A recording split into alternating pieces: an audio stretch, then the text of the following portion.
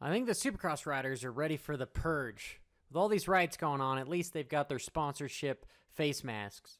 Well, look at that. She's not wearing enough PPE. She's got the mask. She might still give people COVID, but look right there. She is not wearing gloves. Shame on her.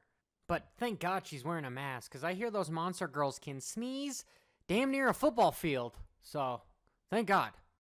What chance does a privateer have? Welcome to Supercross. What do you say to a factory ride? Alright, so welcome back everybody. This is Johnny Hopper. You don't get to see my beautiful face because my studio is in a pod on its way to Arizona. So we gotta just listen to me here. But I'm gonna make fun of all this COVID thing for a little bit, so brace yourself. So who's with me that Ralph and Ricky are in the same room? The little seam is not fooling anybody. See what the magic trick they're doing with this video editing. You know what? I do it too, guys. I know. We're on to you two. The riders have to wear masks. The starting girl has to wear masks. But these two don't. Conspiracy? And then what? No mechanics on the starting line? Roczen's not trained to prep his own gate. This doesn't happen. Who's gonna hold his bike? What's next? He has to prep his own goggles? This COVID's bad for everybody. Maybe we can get Stink Dog to get us some VP hand sanitizer to help clean those goggles.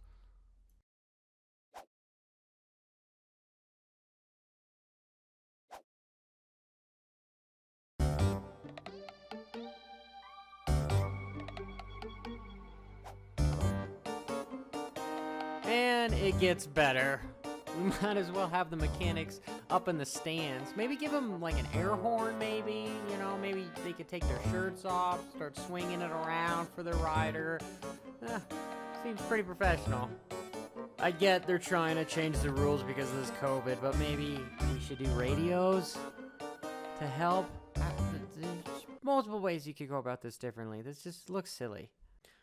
And the last thing I'm gonna make fun of is I actually miss that more than the commentating, because when a rider goes down and you're watching fifth place, crowds just, whoa, no, wah!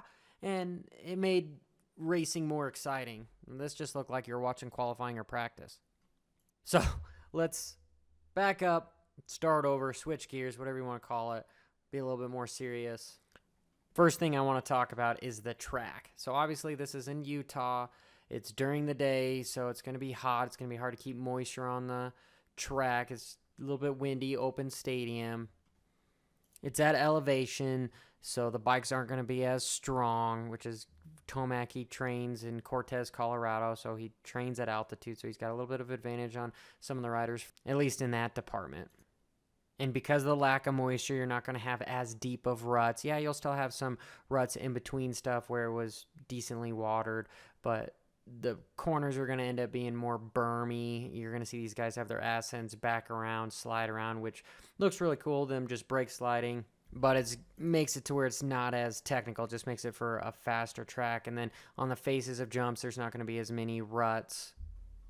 The whoops are going to be hard pack and dry. So when they do go slide side to side, it's not because they're super cupped out. It's just because there's not that much traction on top of them. So I would say these guys are running some sort of traction control during this, because you have to slow down and go a little bit faster because you just don't have that much traction. And then this is what I think they should have done. This was actually what they were supposed to do for the round in Utah, have it go around the stadium, but because they're probably doing a Sunday, Wednesday deal, this is a lot of extra work because it's literally doubling the square footage of where the track goes.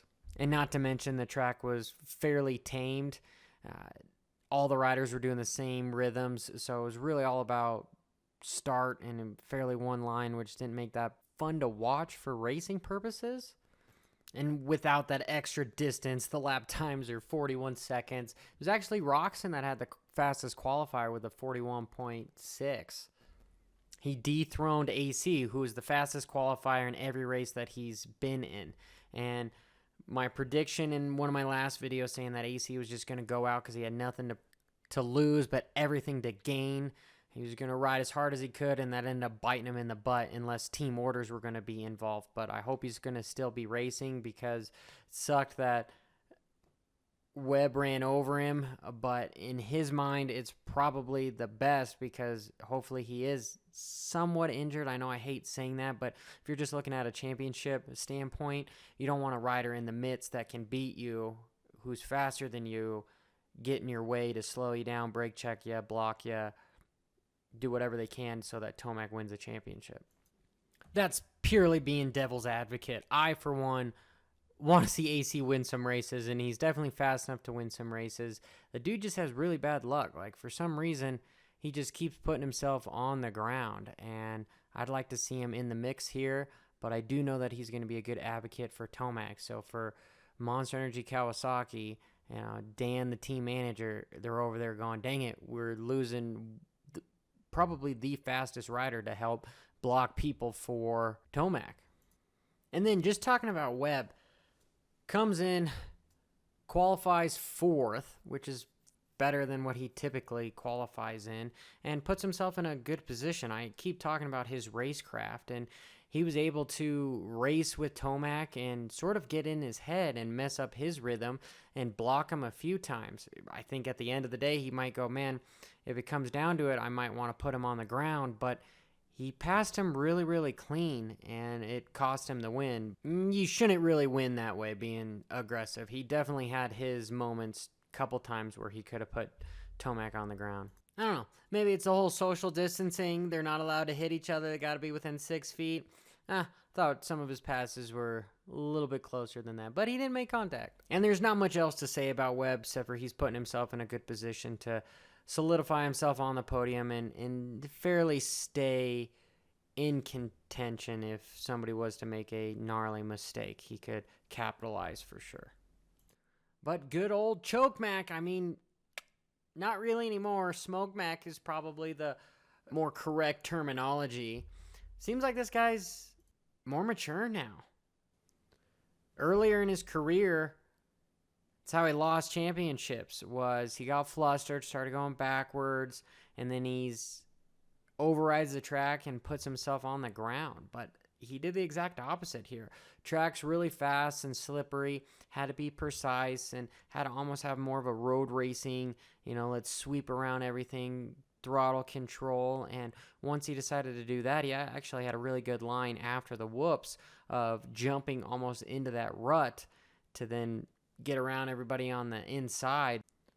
So I'm actually really impressed with Tomac, and I'm also bummed for the guys that I want to win, Roczen and Webb, because if this guy is not making these same mistakes that used to cripple him, but he's now able to regroup, we all know that he's got Tomac speed, which is ridiculous. I mean, AC coming up has shown even better speed, but for some reason, Tomac seems to hit the PED button or something and just can make everybody look silly, and that's sort of what he did. He got out front, and then he could ride 80, 90%, sort of look over, see if Webb's catching him.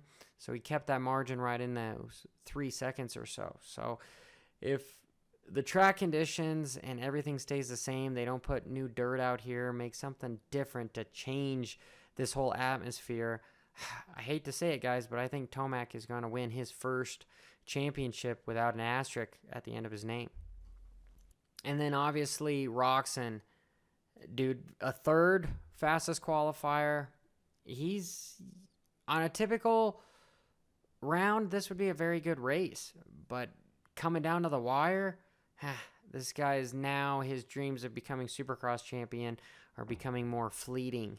So something has to happen, and Tomac is one of those riders where if you don't start in front of, he's very difficult to go through, because what we just talked about, you can pass him and then somehow he'll pass you back and beat you and go faster than you, because typically when a rider passes you, it's because they're going faster than you, and it's very difficult, if not impossible, to match their speed and then go beyond it.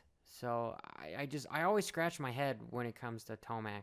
I really still want Roczen to do well, and I think he's still going to be on the podium pretty much every race, but he has to be in front of Tomac. Anyway, guys, this is only race 1. There's 6 more to go. I'm looking forward to Wednesday. And sorry that it's not as big of an edit. I probably made some mistakes here, but all my shit is gone and moved. So it's difficult for me to make these videos. I'm just trying to get them out there because it's something that I enjoy doing and I want to keep it consistent. So, you know, give this video a like. If I made you laugh, give it a like. If you don't like me, well, you know, there's a button for that too. Anyway, this is Johnny Hopper. Until next time.